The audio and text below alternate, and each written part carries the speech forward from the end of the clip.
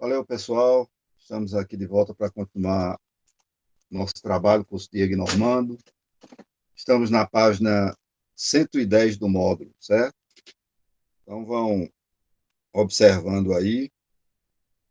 Página 110, a gente falou um pouco sobre tipologia nos últimos encontros. E lembrem que a gente está naquela... Nós estamos um pouco no módulo indo lá e cá, mas sempre usando todo o módulo. Uma semana trabalhamos linguagem, outra semana trabalhamos arte, outra semana trabalhamos literatura, repertório sociocultural, e assim a gente vai circulando no módulo o tempo todo. Então, essa semana é a semana da gente voltar para a parte inicial, mais propriamente dita, de linguagens. Então, só para mostrar a vocês aí, na página 110, para mostrar a vocês aí essa questão dos gêneros, né? Não há nenhuma edição do Enem que não tenha questão com gêneros textuais, portanto, vocês têm que ficar atentos, né? E aí eu coloquei para vocês uma pequena conceituação, né, de cada gênero. Gêneros textuais, como vocês sabem, são muitos. Qualquer gênero que circula na sociedade que tem características próprias ou aproximadas, né? Por exemplo, carta. Então, a carta pessoal tem um modelinho mais ou menos padrão, então é um gênero textual. Uma bula de remédio, é um gênero textual. Uma propaganda, né? Uma carta do leitor. Então, o gênero textual é qualquer texto que circula na sociedade e que tem um padrão aproximado, um jeito de ser, uma forma de apresentar-se à sociedade. Então, chama esse gênero, e são muitos. Nós vivemos cercados de gêneros textuais, né? Esse módulo mesmo que vocês estão observando agora é um gênero textual e ele tem um padrão, vocês podem observar qualquer gênero, qualquer módulo escolar didático, você vai ter um pouco de teoria, questões, então é isso que eu digo que tem um padrão e que forma a ideia de um gênero. Então eu peguei alguns gêneros principais e coloquei uma conceituação aí para vocês. Por exemplo, a carta, né? Sempre lembrando a vocês que carta não só tem um tipo, não. Tem a carta pessoal, que é a que a gente conhece mais e que caiu em desuso, né? Depois do e-mail, das redes sociais,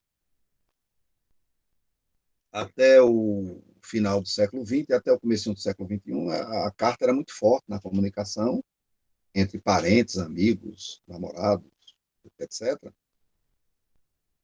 Mas, com a chegada das redes sociais, né, aí veio o e-mail, que é outro gênero textual, o blog é outro gênero textual.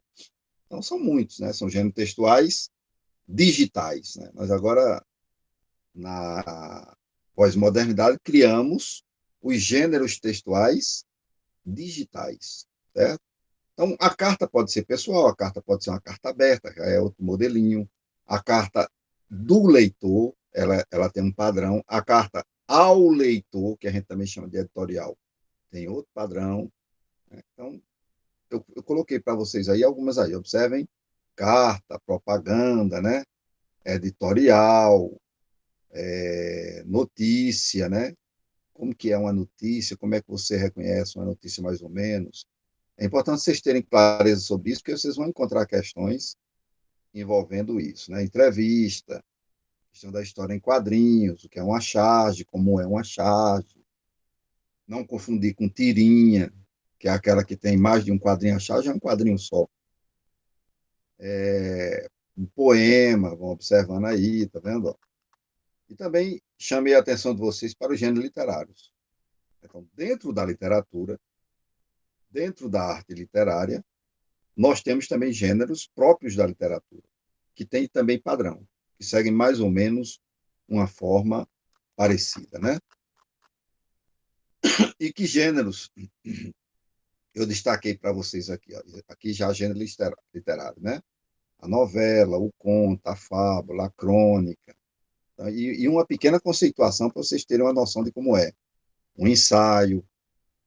Então, isso foi mais ou menos a nossa última conversa na parte de linguagens que a gente teve. E aí a gente ficou de falar um pouquinho de funções da linguagem, né? Como vocês vão fazer uma prova de linguagens, nada mais justo que vocês tenham uma noção bem adequada de como funciona a linguagem. Ó, funções da linguagem. Então, são as funções principais utilizadas na arena linguística, né, no jogo comunicativo. Então, há algumas funções que se destacam de que a gente precisa conhecer. Nesse jogo de linguagem, né, de comunicação, nós temos alguns elementos que são importantes. Né? Vejam aí, vocês veem muito isso em livro didático, mas é preciso só compreender facilmente, porque essas palavrinhas, elas aparecem lá no meio das questões, nas alternativas, entendeu? Então, você lembra rapidamente, emissor é aquele que fala, é aquele que emite, é aquele que diz algo. Eu agora estou sendo um emissor, né? É um elemento da linguagem, eu estou sendo emissor, e vocês estão sendo receptores. Receptor é aquele que recebe, que recepciona a mensagem, né? Referente. O referente é o assunto sobre o qual nós estamos falando. Então, nós estamos falando aqui sobre a linguagem, sobre como funciona a linguagem.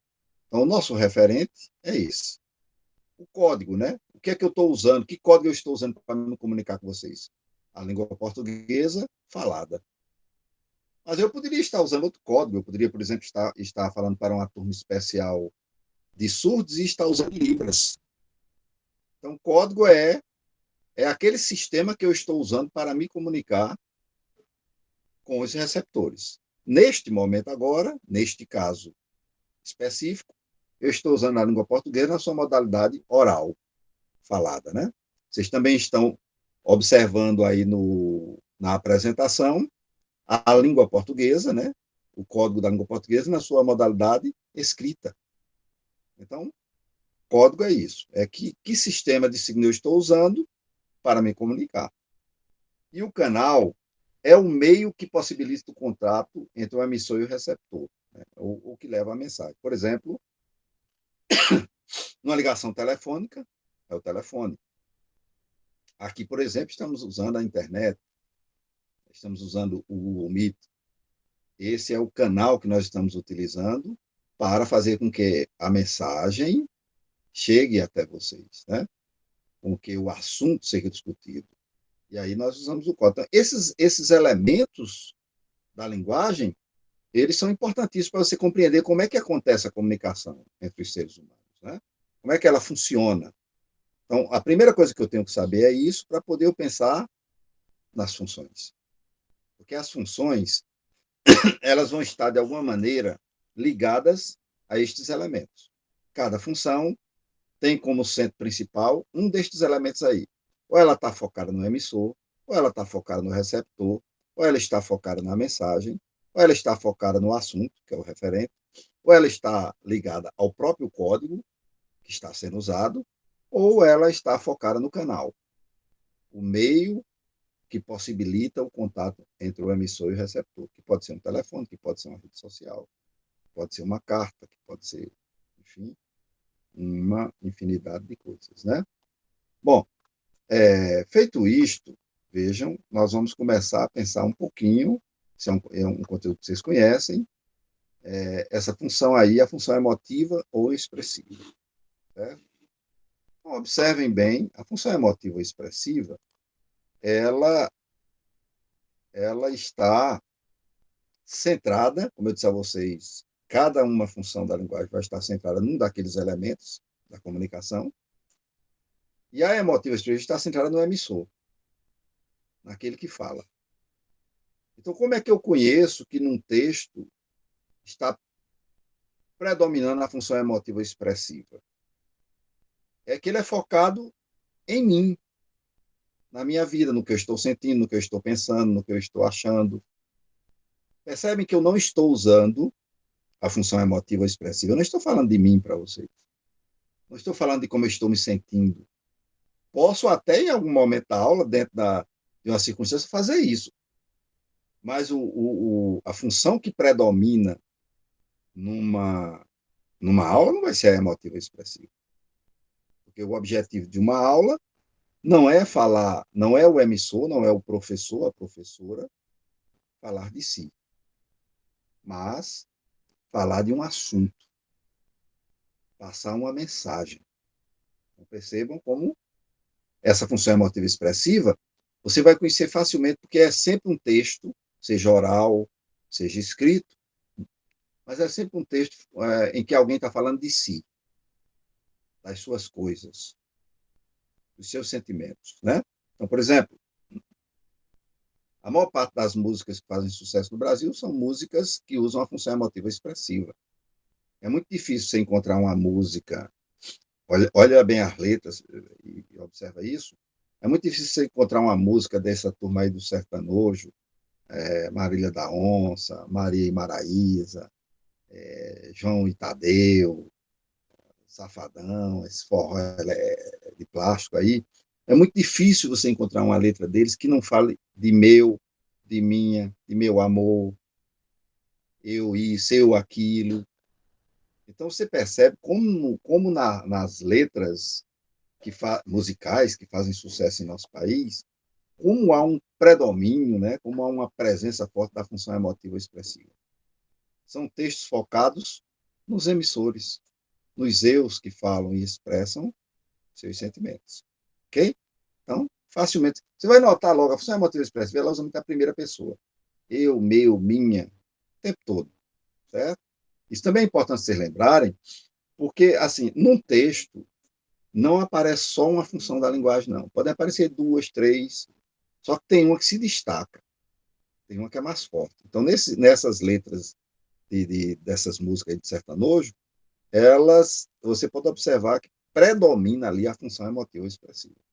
São textos voltados para as dores do eu, certo? Então, função emotiva ou expressiva. Aí, conceituada para vocês, e na verdade estou mais lembrando a vocês, né? Depois nós vamos falar da função conativa ou apelativa, né? Vamos ver qual é o foco agora. A função emotiva expressiva está focada no eu, no emissor, quem está falando de si. Função conativa ou apelativa, ela vai para outro elemento da comunicação. Ela vai para o receptor. Ela está focada no receptor. Por exemplo, neste momento, na minha fala, há uma força, há uma presença da função apelativa ou conativa. Por quê? Porque eu estou focado em vocês. Vocês que estão do outro lado da telinha, né, eu estou falando para vocês. Meu foco é vocês, não eu. Porque se o foco fosse eu estaria na emotiva ou expressiva. Mas a apelativa ou conativa ela é focada no receptor, no elemento da comunicação que a gente chama de receptor. Aquele que escuta, aquele que lê, aquele que recebe a mensagem. Então, isso acontece, por exemplo, com as propagandas. Né? As propagandas são feitas para quem? Para receptores, para leitores, para pessoas que vão ser submetidas àquela propaganda. Então, nas propagandas, todas elas, há um predomínio da função apelativa ou conativa. Vão percebendo como é diferente cada uma, como não é difícil. Cada uma tem um objetivo principal. Não dá para misturar, certo? Então, função apelativa ou conativa é aquela que está focada no receptor. Ela aparece na propaganda, ela aparece na fala do professor, quando está dando aula, está focado nos alunos. Mas não só aí, ela aparece no discurso político. Né? Os políticos falam para receptores, que são os eleitores. Ela aparece no discurso religioso, né? Os pastores e padres, quando estão pregando nas igrejas, estão pregando para os membros daquela igreja, né? Portanto, o discurso do padre, o discurso do pastor está focado no receptor. Isso quer dizer que é função apelativa ou conativa. Ela quer, o objetivo dela é convencer o receptor de alguma coisa. Ela aparece também no discurso amoroso, né? Discurso amoroso, o namorado, né? Quer convencer a namorada de alguma coisa, a namorada quer convencer o namorado de alguma coisa. É um jogo linguístico aí. É a arena linguística, né? É o embate da comunicação. É importante conhecer como é que funciona esse jogo, já que a gente está se comunicando o tempo todo, em casa, na rua, na escola. A gente precisa conhecer o jogo, as regras do jogo, como funciona o jogo, né? E um aluno do ensino médio que não compreende isso, ele tem sérias dificuldades na prova do Enem, mas não só na prova do Enem. Ele tem dificuldades na prova do Enem, ele tem dificuldades na vida, na hora da entrevista de emprego, na vida como um todo. nos relacionamentos amorosos, porque ele não sabe como funciona o jogo linguístico, né? Então, conativa ou apelativa está focada no receptor. Emotiva ou expressiva está focada no emissor, no eu, aquele que fala. Mais uma função da linguagem, a referencial, né? Aquela que está focada no assunto. Tem um assunto que ela quer passar, que ela quer destacar. Tem um assunto sobre o qual ela quer passar informações, né? A referencial é muito ligada à informação. Por exemplo, eu agora estou, o assunto aqui neste presente momento, agorinha, é função da linguagem, e eu estou querendo passar informações sobre essa função da linguagem, a referencial informativa. Ou seja, na minha fala, além da função apelativa e conativa, focada em vocês, focada no receptor, também há a presença da função referencial ou informativa. Por quê? Porque eu estou trabalhando um determinado assunto com vocês, com a intenção clara de informar, de trazer informações sobre este assunto. Meu foco é este assunto, portanto, a função referencial, a função informativa, ela está focada no assunto, né, no conteúdo. Vamos lá. Função poética, né? Função poética. A função poética, o nome já vai lembrar poesia a vocês, né? Mas é importante vocês recordarem, nós estamos revisando, vocês já viram esse conteúdo na vida estudantil de vocês, não é só na poesia que ela aparece. Na verdade, a função poética é uma função artística. Você não trabalha a linguagem como se trabalha num jornal, como se trabalha não, conversando com seus amigos, não. Você trabalha o assunto de uma forma especial. Na verdade, essa função poética ela é focada na mensagem. Vejam, vamos lá. Uma coisa é mensagem, outra coisa é assunto. Vamos dar um exemplo. O assunto é amor. Aí está lá a mulher brigando com o marido, a mulher chorando, você não me ama, não sei o quê. Bom, ali o assunto é isso. E aí também a presença da função emotiva, né? Você não me ama. Ó, então, as funções da linguagem elas estão aí, é uma verdadeira arena. Mas eu posso falar do amor, do assunto amor, de diversas maneiras. Por exemplo, se eu falar do assunto amor do ponto de vista científico, falando de hormônios, de coisas, eu estou na função referencial. Estou trazendo informações sobre um determinado assunto. Mas e se eu falar do amor de uma maneira especial, escolhendo palavras, rimando? Então, aí não é mais é a mensagem, é a maneira que eu quero que aquilo chegue a vocês, que é meu foco. A função poética, ela não quer dizer de qualquer jeito. Ela quer dizer de uma forma elaborada, de uma forma artística, né? Quando Camões diz: o amor é um fogo que arde sem se ver, é ferida que dói e não se sente, é um contentamento descontente, é cuidar que se ganhe em se perder. Essa forma de falar sobre o amor mostra a função poética, né? Há uma preocupação com como a mensagem vai chegar ao receptor, né? Como é que ela vai chegar lá? Então, veja, eu escrevo um texto para alguém, portanto, aí tem a função apelativa ou conativa, porque está focada no receptor, mas eu tenho como destaque, como predominância, a poética. Porque eu não quero dizer de qualquer jeito. Eu quero falar com você, mas não quero falar de qualquer jeito. Eu não quero falar com você como um professor fala com um aluno. Eu quero falar com palavras escolhidas, rimando, ou não rimando, mas escolhendo palavras.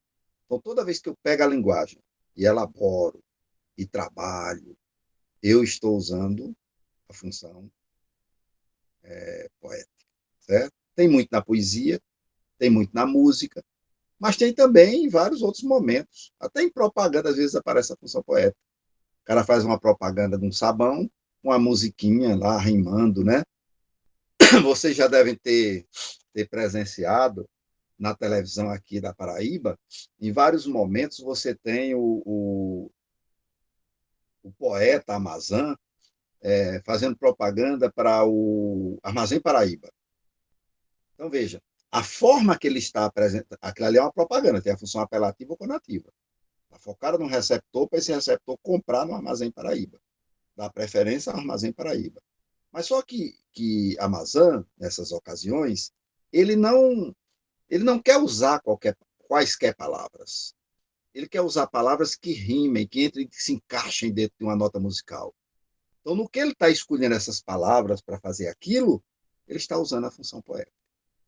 Então, perceba que não é difícil, é só a gente perceber como o jogo funciona, certo? A metalinguística, a função metalinguística. Vejam só, a função metalinguística metalinguagem se refere a um momento em que a própria linguagem está em discussão. Metalinguística é a função que está focada no código, no próprio código. Então, por exemplo, eu estou usando a língua portuguesa falada para explicar coisas do próprio código linguístico da língua portuguesa.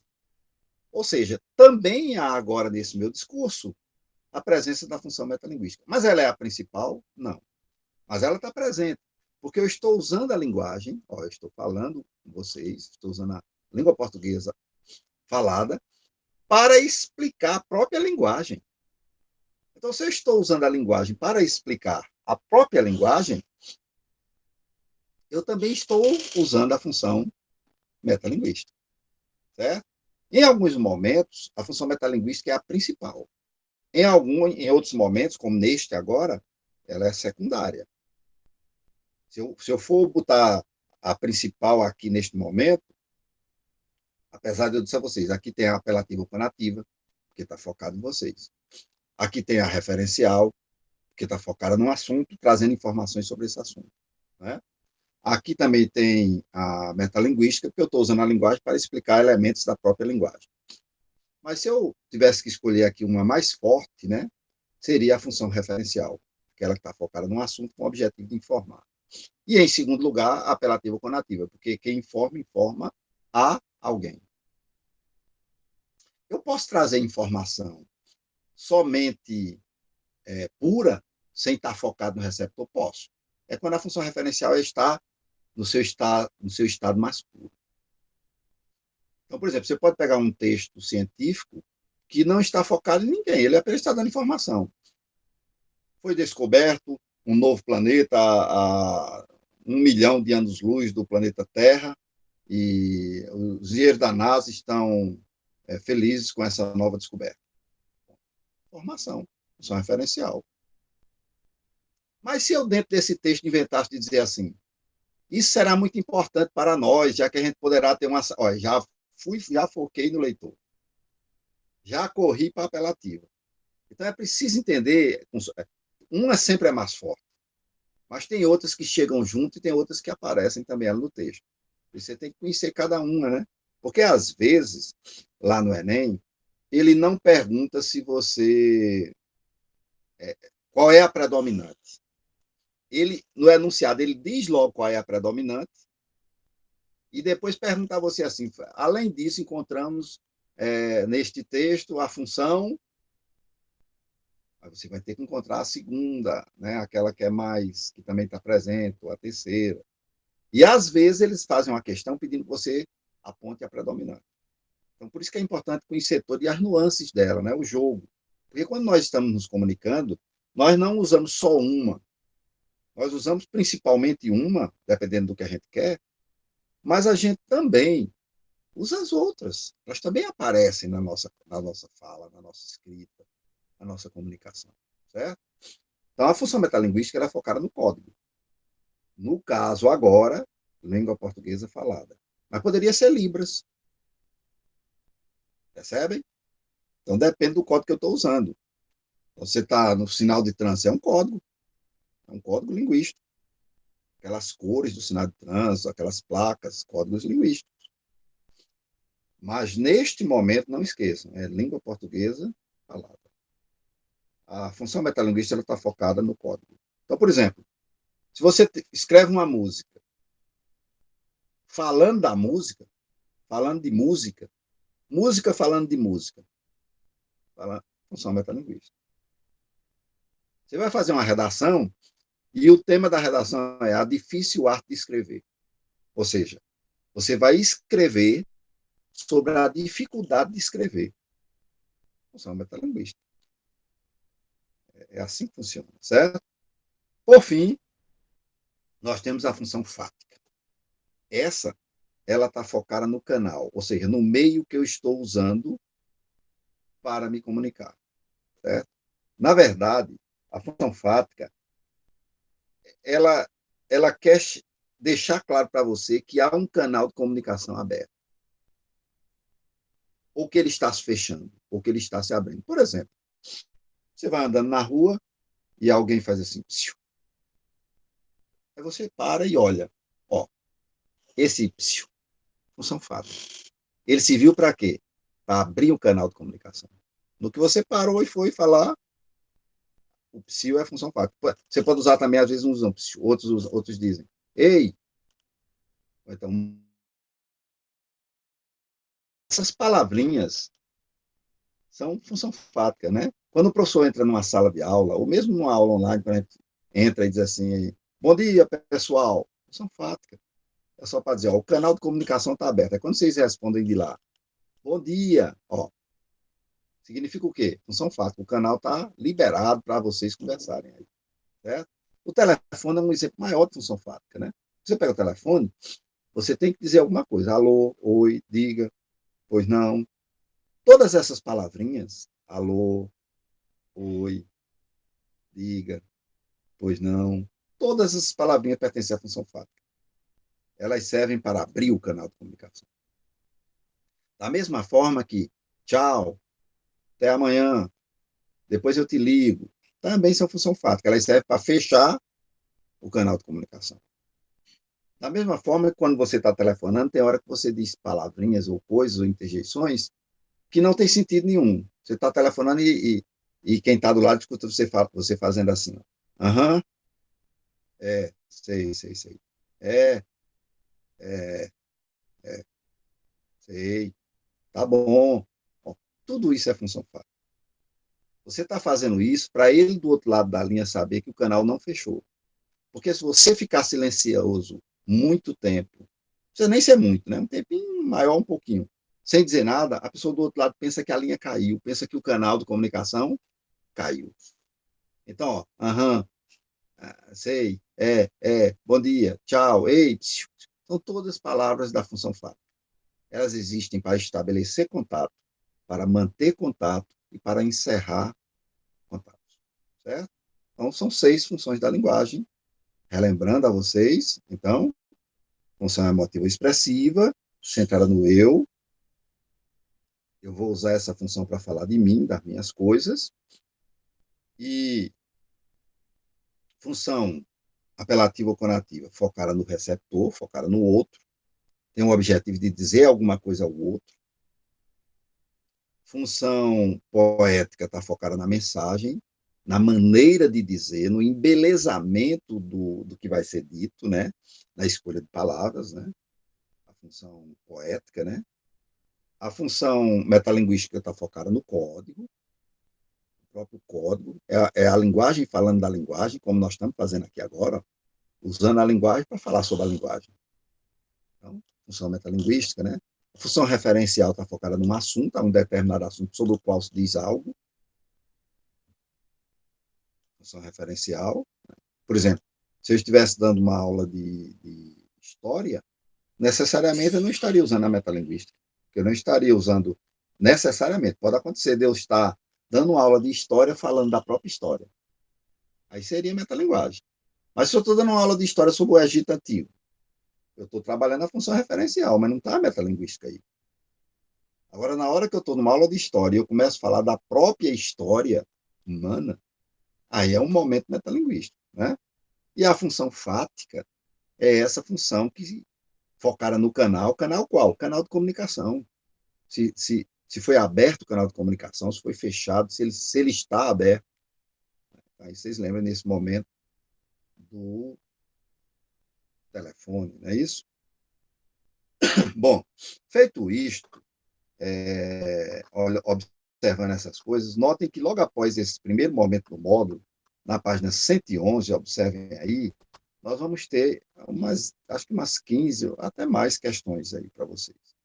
Quero lembrar a vocês que todas estas questões estão gabaritadas e comentadas lá no final do módulo, certo? Então, é importantíssimo que vocês treinem questões. Treinem, façam. E depois olhem os gabaritos. E olhem o que erraram. E marquem o módulo de vocês. Sublinhem o que vocês não entenderam. Anotem para me perguntar, para perguntar a Diego. Não guardem dúvidas. Para o sucesso do nosso trabalho, é preciso que você seja um aluno que use bastante o módulo. E que anote, tanto na parte teórica, quanto na parte de prática de exercício, de atividade, que você anota uma palavra que não compreendeu, uma expressão que não compreendeu, um determinado assunto que apareceu lá que você nunca não compreendeu direito.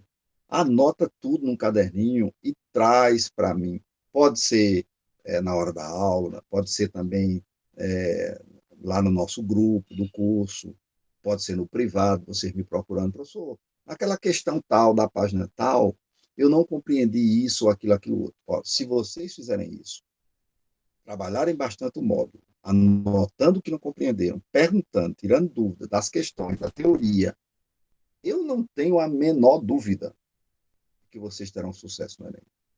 Não tenho a menor dúvida. Agora, é preciso que vocês façam a parte de vocês. Nessas questões que temos agora, a partir da página 111, acho que mais de 16 questões, deixa eu ver aqui que eu tenho aqui mais para frente, quanto a isso, para dizer exatamente a vocês. São exatamente 16. São 16 questões aí. Eu escolhi algumas só para a gente conversar um pouquinho sobre elas. Mas lembrem, vocês têm que fazer todas essas questões. Depois olha o gabarito. E depois, se você errou, compreenda, porque lá está comentado, compreenda seu erro. E não compreendendo seu erro, mesmo olhando o gabarito, procura para a gente trocar uma ideia, certo? Então, notem, a questão 1 vocês vão fazer, eu selecionei a questão 2 para a gente trocar uma ideia. Está aqui.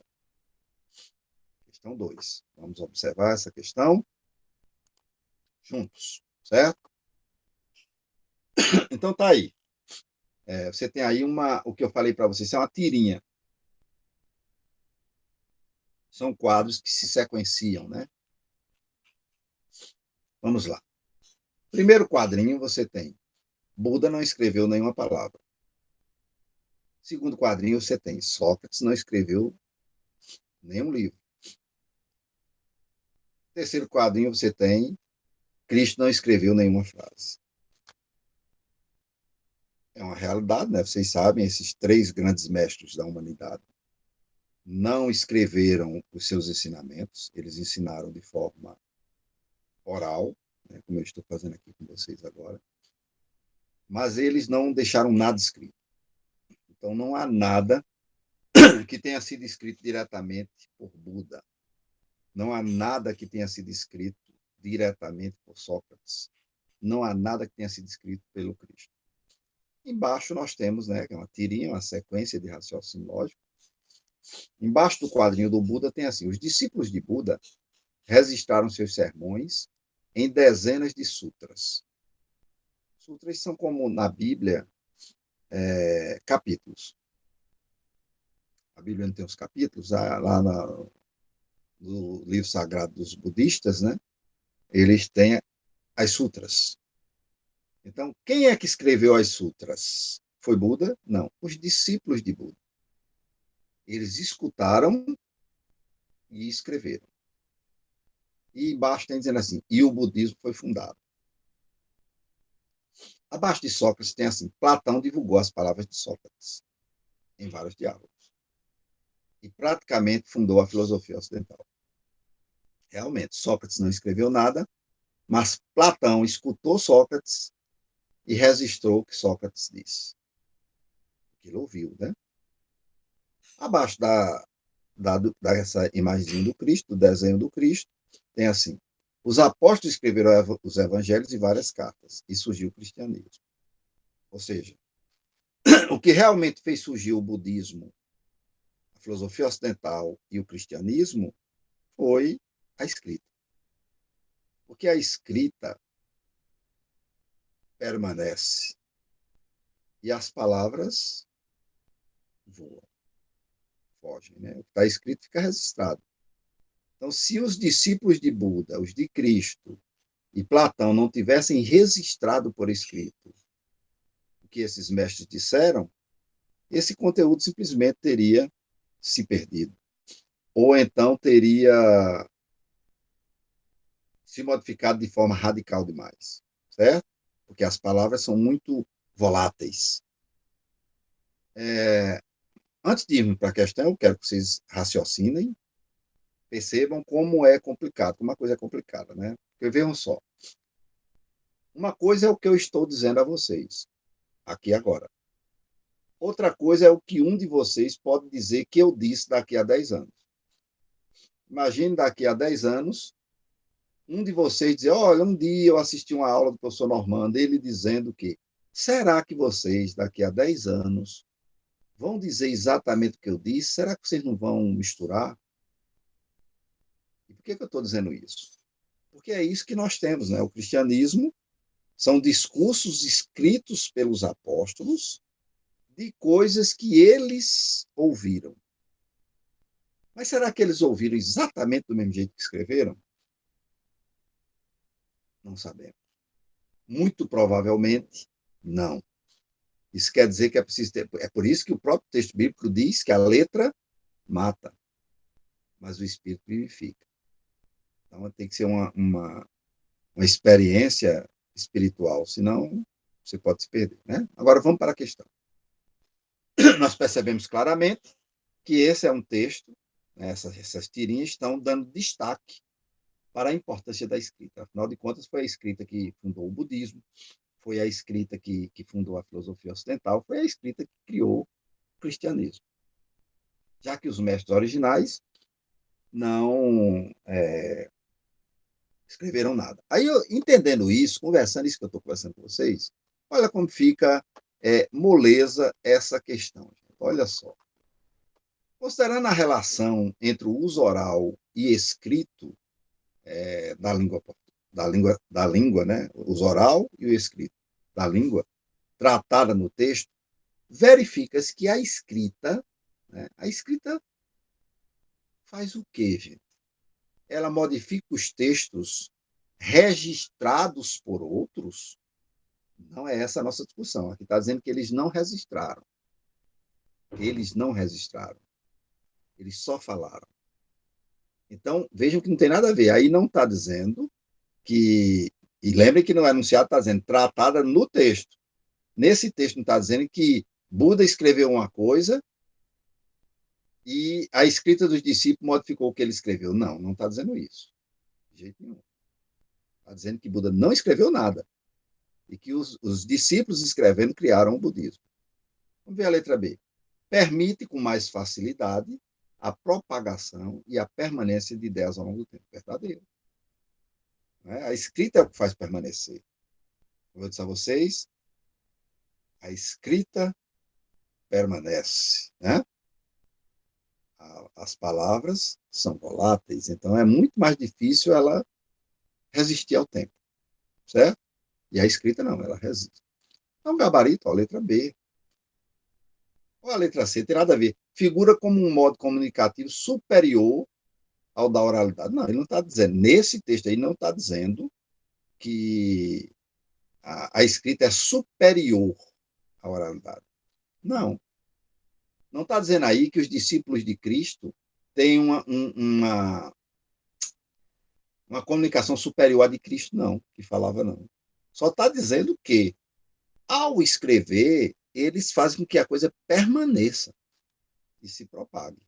Não está discutindo superioridade, está discutindo propagação, permanência. Certo? Olha a letra D. Leva as pessoas a desacreditarem nos fatos.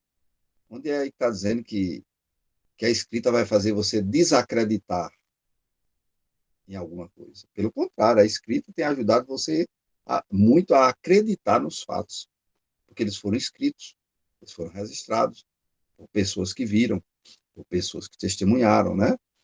E a letra E, tem seu surgimento concomitante ao da oralidade. Não, a escrita é muito depois. Muito depois. Primeiro o homem aprende a falar. E só muito depois é que ele aprende a escrever. Escrever é uma forma de, de trabalho linguístico muito mais complexa do que a fala. Vejam um exemplo claro aqui, conversando com vocês. É muito mais fácil para vocês falar português do que fazer uma prova de português. Por quê? Porque a prova de português vai trabalhar com questões da oralidade, mas também da escrita. A prova de português vai pedir que vocês escrevam uma redação, por exemplo, e escrever é mais difícil do que falar. Uma coisa é você falar sobre um assunto, se você conhecer o assunto. Outra coisa é você escrever sobre o assunto. Mesmo você conhecendo o assunto, é mais difícil escrever sobre ele do que falar sobre ele. Ok? Então, clarissimamente aí nessa questão, a letra B, não é isso? Deixa eu ver outra questão que eu destaquei aqui. As outras, eu estou fazendo isso para vocês, incentivando vocês a fazerem todas as questões. Estou pegando apenas algumas para a gente trocar uma ideia, tá? Olha essa questão 4 aqui, tá vendo? Olha essa questão 4. Você tem aí dois textos, né? A questão aí, o assunto aí é a dengue. Dengue mata, Brasil unido contra a dengue, o combate não pode parar. Depois você tem uma charge, né? Lá você tem um texto publicitário contra a dengue, de conscientização contra a dengue. E abaixo você tem uma charge, né? Dois mosquitos da dengue conversando. E um diz assim: Piquei o Luciano Huck, a Grazi Massafera e o Diego Hipólito. Aí o outro mosquito diz: pegou o autógrafo. É uma brincadeira, uma ironia, né? Com essa questão das pessoas famosas, né? Já que você chegou tão perto desse pessoal, você pegou o autógrafo deles, é mais uma, uma brincadeira, né? Que a charge faz com a questão dos mosquitos da dengue. Aí nós vamos para a questão, tá vendo? Observa aqui. Observa bem. Você tem aí, todo o texto apresenta uma intenção, da qual derivam as escolhas linguísticas que o compõem. O texto da campanha publicitária, que é o de cima, e o da charge apresentam, respectivamente, uma composição textual pautada por uma estratégia. Ou seja, qual é a estratégia, né, que é usada aqui? Vamos observar isso? Vamos analisar, né? Ó, observe. A estratégia expositiva, né? Ele está querendo expor um assunto no primeiro, e interativa, porque está tendo uma fala entre dois personagens. Você acha que esse primeiro texto, ó, esse aqui, ó, Brasil Unido contra a Dengue, é uma mera exposição? Evidentemente que não. O segundo, há uma interação entre dois personagens? Até que há, né? Verbal, né? Usando palavras, beleza. Mas o primeiro não é, tem que ser os dois. Aí depois você tem assim, ó, o primeiro é descritivo. Olha para ele, gente. Olha só se esse primeiro Brasil Unido tem nenhuma. Ele está descrevendo o que é a dengue? Não. Então já começou errado. Nem me interessa o que vai dizer depois. Ó. O segundo é uma narrativa. Onde é que está contando a história? Está contando a história de algum mosquito aqui? Errado. A letra C é injuntivo. O que é um texto injuntivo? Está no óbvio lá atrás, não esqueçam. Injuntivo é um texto que dá informações. Por exemplo, os manuais, todo manual do celular, manual do carro, manual da televisão, todos são injuntivos. Eles dão instruções sobre como usar aquilo. Observa que aqui não é um texto injuntivo. Ele não está explicando como fazer isso. Então, começou errado, né? E o segundo é dialogal, até pode ser, só que não é oral. Lá diz assim, estabelece uma interação oral. Não, aqui é uma interação, na verdade estão conversando, mas é escrita. Só se fosse um áudio, se fosse um vídeo. O mosquito falando com o outro, entendeu? Nesse caso aqui, é uma interação pela linguagem verbal escrita. Então, está errado. A letra D, ó, o primeiro é uma narrativa. Onde é que nesse aqui, Brasil Unido contra a Dengue, tem uma história sendo contada? Está errado. Tá vendo? Ó, é nem lógica. E o segundo é descritivo. Onde é que nessa aqui dos dois mosquitos está sendo descrita alguma coisa, quando são apenas dois mosquitos conversando sobre picar pessoas famosas, né? Errado. A letra E é a certa. O primeiro é persuasivo. Ou seja, persuadir significa convencer. Ó, é uma publicidade e ele está querendo convencer a gente a lutar contra a dengue. Brasil unido contra a dengue. Ele está querendo nos convencer a todo mundo se juntar para lutar contra a dengue. O combate não pode parar. Certo? Olha o uso do imperativo, né? Então, é um texto persuasivo. E o segundo é dialogal, né? Você tem ali uma interação oral entre os personagens, então é a letra E, tá certo? Tranquilamente. Deixa eu ver aqui quanto tempo eu tenho, se dá para olhar mais uma. Vou olhar mais uma com vocês aqui. Vou ver aqui, relacionar mais uma dessas, para a gente conversar rapidamente. Então, essa aqui é essa questão 8. Ó, questão 8, gente. Observa. Você tem um texto aí, né? Cara, diz, eu tenho empresas e sou digno do visto para ir a Nova York. Notem que é uma pessoa que se acha o dono, o ó do Borogodó. O dinheiro que chove em Nova York é para pessoas com poder de compra. Ou seja, para ele, né? Pessoas que têm um visto do consulado americano. O dinheiro que chove em Nova York também é para os nova-iorquinos. São milhares de dólares. Estou indo para Nova York quando está chovendo dinheiro.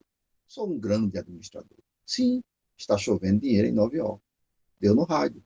Vejo que há pedestres invadindo a via onde trafega o meu carro vermelho, importado da Alemanha. Vejo que há carros nacionais trafegando pela via, onde trafega o meu carro vermelho, importado da Alemanha. Ao chegar em Nova York, tomarei providência. Bom, esse é um texto literário, é uma história inventada, né? Uma pessoa que se acha. Mas vamos para a questão. A questão diz assim: as repetições e as frases curtas constituem procedimentos linguísticos importantes para a compreensão da temática do texto. Vamos observar isso. Vamos observar aqui. As repetições e as frases curtas constituem procedimentos linguísticos importantes para a compreensão da temática do texto. Repetições. Vocês notaram que ele fica repetindo o dinheiro que chove em Nova York, está chovendo dinheiro em Nova York, isso, aquilo, outro. Ele fica repetindo, está chovendo dinheiro, né? Ele está repetindo um monte de coisa. Por isso que o enunciado começa dizendo as repetições e as frases curtas. Notem que as frases dele são curtinhas, ponto. Curtinha, ponto. Dinheiro que chove em Nova York também é para Nova York, ponto. São milhares de dólares, ponto. Estou indo para Nova York, não está chovendo dinheiro, ponto. Frase curta e repetições. Isso, essas duas coisas, né, são procedimentos linguísticos importantes para a compreensão da temática do texto. Pois, o que é que esse texto realça para a gente? Letra A. Expressam a futilidade do discurso, né, um discurso do cara que se acha, do cara que fica... E outra coisa, um texto pobre, né, com repetições, é fútil, é frágil, né? Do discurso de poder, né? Porque ele se acha, né? Ele tem um carro vermelho importado da Alemanha, e, e de distinção do narrador, né? Ele é diferenciado, ele não tem carro nacional, ele tem um carro vermelho importado da Alemanha. Ele se distingue do restante do pessoal. Letra A, corretíssimo. Né? As outras são tudo enrolação, observa.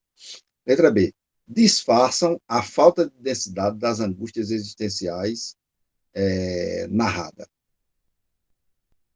Não disfarçam, né? Não disfarçam. A questão aí não é a angústia existencial. E outra coisa, nem aqui há uma narrativa de uma pessoa com angústia existencial. Isso é só para tirar você de foco. A letra C, ironizam a valorização da cultura norte-americana pelos brasileiros. Esse texto está ironizando a valorização da cultura norte-americana? Não, tem um monte de contradições aí. Primeiro que não é nem a cultura americana, é dinheiro. O carro dele nem é americano. É um carro vermelho importado da Alemanha. Então, vejam que não é essa a questão. A letra D, explicitam a ganância financeira do capitalismo contemporâneo. Ó, você pode até pensar, ó, ele criou um personagem, o Ivan Santana, né? Ele pode até ter criado um personagem que é capitalista, mas a discussão aí não está explícita, veja a palavra, explícita, sobre a ganância financeira do capitalismo, não. Você pode até deduzir isso, mas o que é uma coisa explícita é aquilo que está claro, aquilo que está evidente, que está na cara do texto. Então, não é explícito. E a letra E, criticam os estereótipos sociais das visões de mundo elitista. Né? Ó, você também pode deduzir que ele está fazendo uma crítica, uma ironia com esses caras assim, elitistas. Mas entenda, o texto não está fazendo a crítica. O texto, em nenhum momento, ele diz assim, pessoas como esta demonstram a futilidade. Não, ele está contando uma historinha ali. Você que viaje, você que faça suas deduções. Essa questão é uma questão que, por incrível que pareça, muitos alunos têm dificuldade. Mas é só você prestar atenção ao texto. Há uma estereotipação da visão de mundo elitista aí? Há. Mas o texto está fazendo uma crítica disso? Não, não está. Então percebam como uma coisa é sutil, como eles botam questõezinhas que às vezes te pegam ainda mais com a mente cansada, a prova longa, né? A prova muito grande. Ok? Então vejam, são 16 questões, treinem, façam todas, tirem dúvidas, anotem, escrevam do lado do módulo, usem e abusem do módulo. Esse é o caminho para o sucesso na prova do Enem, ok? Essa era a nossa conversa de hoje e nos encontramos na próxima semana. Até lá.